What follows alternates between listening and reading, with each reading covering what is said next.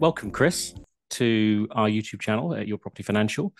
Um, we've obviously worked together looking after clients for many years now, and really the goal of us today connecting was just to catch up generally relating to conveyancing, solicitor matters, and all things legal.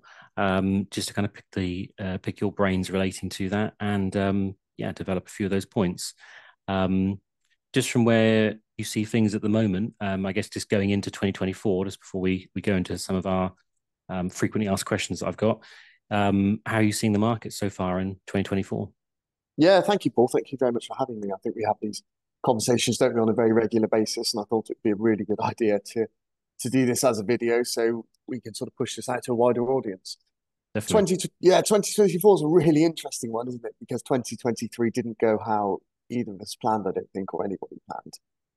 Oh, And especially not the beginning of the year. no, it really has been a roller coaster. And I think with the market, we've both been in the game a very long time, probably too many years to state online, Mm. but Yeah, we won't go there. no, but the market never ever goes away, does it? It goes up, it goes down, it falls away. But I don't think the demand ever disappears. And when you zoom out and you have a look at the bigger picture, we are still not building enough homes for the demand, the wider demand over the longer term. So when you think about, oh, it's really quiet in Q3 last year, mortgage rates are at the highest point for over a decade and everything else, why would I buy? These people who are nervous and don't necessarily like change, and that's the majority of us, by the way, they're just waiting. And then as things start to reduce slightly, which is a positive indicator, but more importantly, as things start to stabilize, everybody loves stability. If they know what's going to happen in a year, 2 years, 3 years, 4 years, 5 years, they're more likely to make a decision. That period of turmoil and uncertainty just doesn't do anybody any favors. So we had the influx of vendors to the market where people get divorced and sadly people die and people have to move through certain circumstances, like they can't afford their mortgage anymore, they lose their job. And we were hearing in the news, certain companies mass redundancy, steel companies and bankers. There were some really big um, and some big companies going bust as well. A lot of companies went into administration. I think I remember, huge companies, American companies like WeWork and places like that, who were filing for administration Mm. and announcing redundancies. So you've got people losing their jobs, people not being able to afford their mortgages perhaps as they once could. I think just after the stamp duty holiday 3 years ago now, Mm. mortgage rates were very low indeed. People were gearing up on the basis that they could borrow this mortgage and that would be the rate for the longer term. And I think you'll correct me, but on the KFI, on the key facts illustration, some way down in the page, it will say this is what your mortgage will pay if you go on to standard variable at 4% or whatever it is at the time. Most clients look at that and think, oh no, it'll be at 4%. I'll go to another 2 year fixed in 2 years' time and it'll be absolutely fine. But sure enough, their 2% was now 6%. Um, so so there was a lot of stress on the industry, but properties were still coming to the market because they had to. The buyers were nowhere to be seen. They were just hiding and waiting. And that for mortgage brokers, that for conveyancers, that for estate agents is really quite a poor, difficult, challenging market to be in. And now, finally, we're in a position where the buyers are coming back. Estate agents are telling me that more and more buyers are registering every day because they feel that actually 4%, which is near the average at the moment, you'll correct me if I'm wrong, is affordable. Mm. And they probably had another 6 to 12 months to save a big deposit as well. Yeah, So good so point. we got a huge stock issue nationally where we've got too much supply and not enough demand. And I'm very much talking about outer central London, by the way. As a country, the demand is now coming, and that balance over the course of 2024, I think, will even itself out nationally. I think we'll be in a good place. Central London, prime central London, bit of a different market. People just weren't moving. The top end of the market were less affected by increased mortgage rates. So the landscape of the UK, a third of properties roughly are buy to let, a third are owned, but owned without a mortgage. and a third are owned with a mortgage. So, of course, the third that are owned without a mortgage tend to be the higher value ones. So we got a lot of properties in central London that are unencumbered, a lot of investment properties. Some of them aren't even rented out. They're just keeping it for the capital appreciation, which is fair enough. Um, and I think people just thought, why would I sell right now? There's a bit of stress on property values. They're likely to come down as repossessions go up and everything else. So why sell at the minute? So, yeah, in London, it's slightly different because they haven't had that influx of supply. Um, Demand was okay. So it's a fairly even market. Property prices haven't fallen as much as people thought they would. But now coming into this 2024 market, I think it will benefit both sides. I think it will benefit prime central London, and I think it will benefit the rest of the country in the mass markets as well. What we need to do, though, is get the first-time buyers at the lowest value buying property. And they, I think, are the cohort who are feeling the pinch the most at the moment. Yeah, I agree with that. I really do. When you think of, if you were speaking to a first-time buyer as an example, is there, what would you say to a first-time buyer when they say, is now the right time to buy? Should I wait? Should I have bought a year ago? I think maybe we know the answer to that, but should I, because benefit of hindsight, but should I buy now? Should I wait? If you ever get that kind of question come your way, how do you react to that? I love it. I love it. My favorite question absolutely is. Um, they aren't traders. They are not buying a stock that they need to have value appreciated in a short space of time, and they're not day trading. This is their home. I assume it's their home. If they're a first-time buyer, normally most first-time buyers are buying this property to live in. So they're excited. A lot of them are buying their first property because they're thinking about building a family in the future, or they want to buy somewhere because they've got a new job, or whatever it is. Some people go from parents to buying. Some people go from parents to renting to buying. But whatever the situation is, this is a really exciting period of time for them. And I'd love to know what the stats are, and I don't, but I would love to see how many people sell that. I would assume most people, the average person, will probably sell an upsize at some point. Some people may think they bought with the wrong person and sell and downsize after their first home. But also, you've got a large amount of people now who are buying, renting that property out, and then buying their next place. And they're keeping it. So the average person, I think, moves every 8 years. Yep, the average. 8 years is a long time. If you take any 8 year, if you take any 10-year period in history, the property value's never gone down.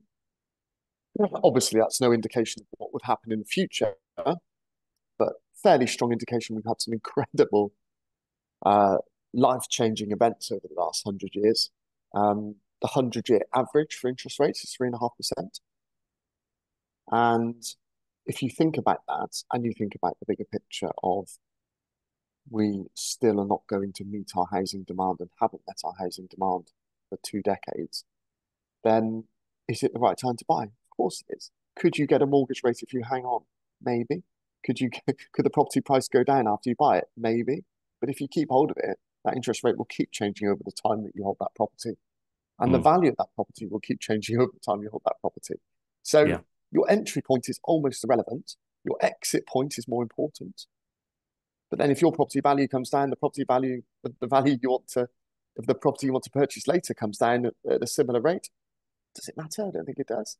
You'll just use this time of this first property of yours to enjoy it and live in it. And that has to be the most important thing. People shouldn't be viewing this as a way to make money.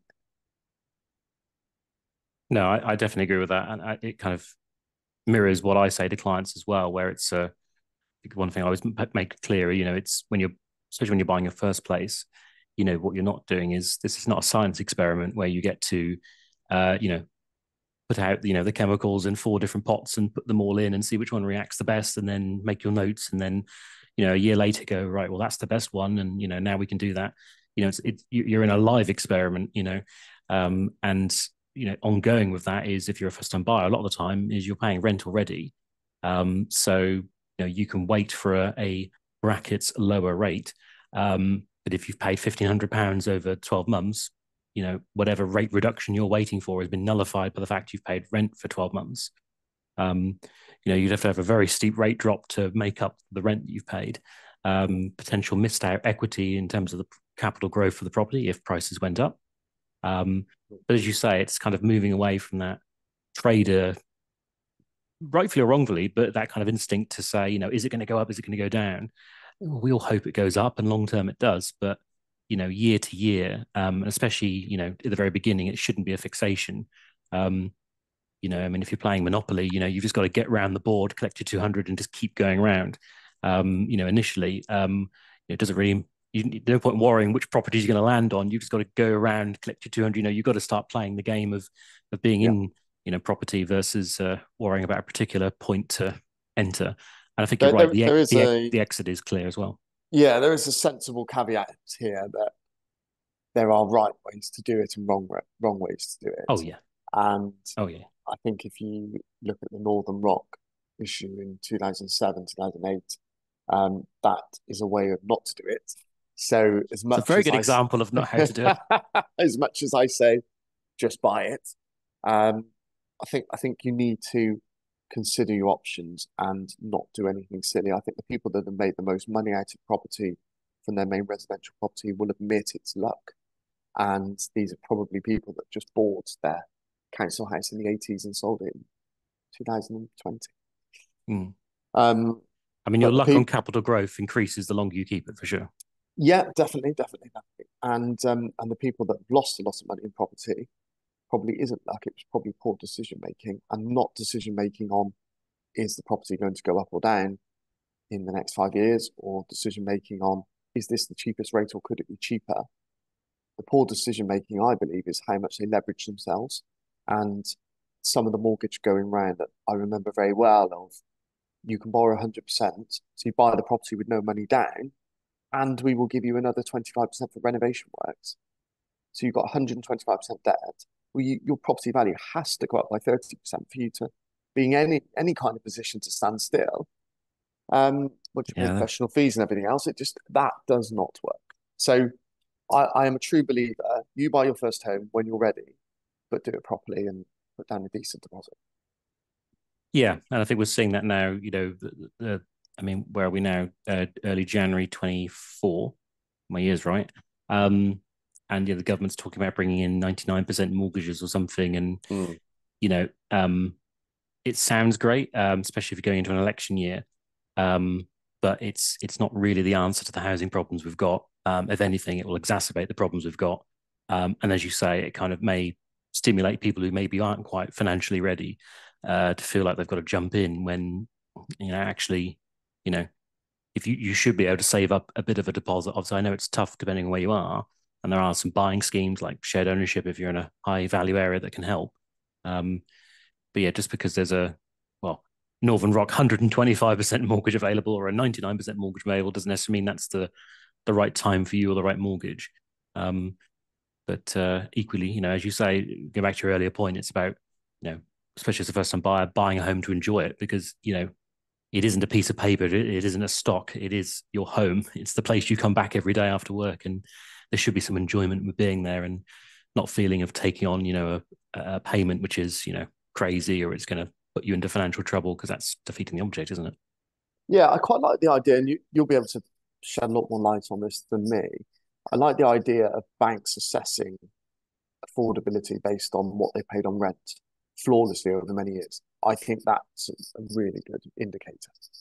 But I don't know how popular that is. Yeah, there's a few lenders who do have a kind of a product like that, where they'll look at the last 12 months rent or an average of it. And now this is proper rent. So this is, let me define that. This is rent in terms of a full property is what I mean. It's not I'm paying £200 to my mate and I'm in his spare room. We're not talking about that. We're talking about a full property in your name, or you and your partner or whoever. And they will look at that rent, and then they will work out the mortgage payments based on that rent at a particular stress rate, and then say, right, well, you can clearly afford X, which means you could borrow 200,000, 300,000, whatever it may be. So there are vehicles out there like that. And actually, in some cases, don't even require a deposit, 100% mortgage in that case. Now, again, that's a different conversation maybe around is 100% mortgages again the best way to be doing things.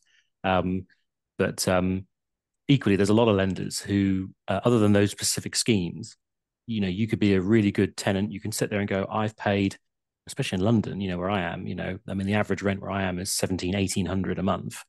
I've paid this, or 2 grand a month in some cases. I've paid this every month, year on year, no problems.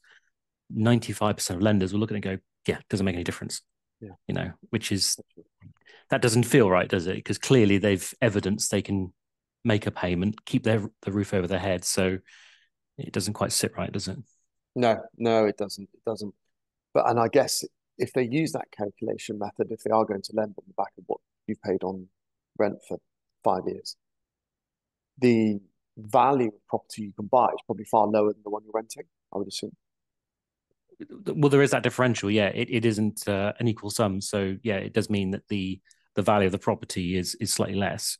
And I think that could be exacerbated even more in London, where obviously when you look at the yield that you pay in London for rent versus the value of the property, you could do those sums and come out, in a average 600 grand property area and find you can only afford, 350. Yeah. Now, having said that, again, as always, one thing I always say to clients is don't forget the headlines, do your research on properties and locations. Because a classic I get is, I can't afford 500,000, therefore I can't buy anything in London. I'm finished. I've had it. Well, no. If you go onto Rightmove, I mean, I was only on there yesterday.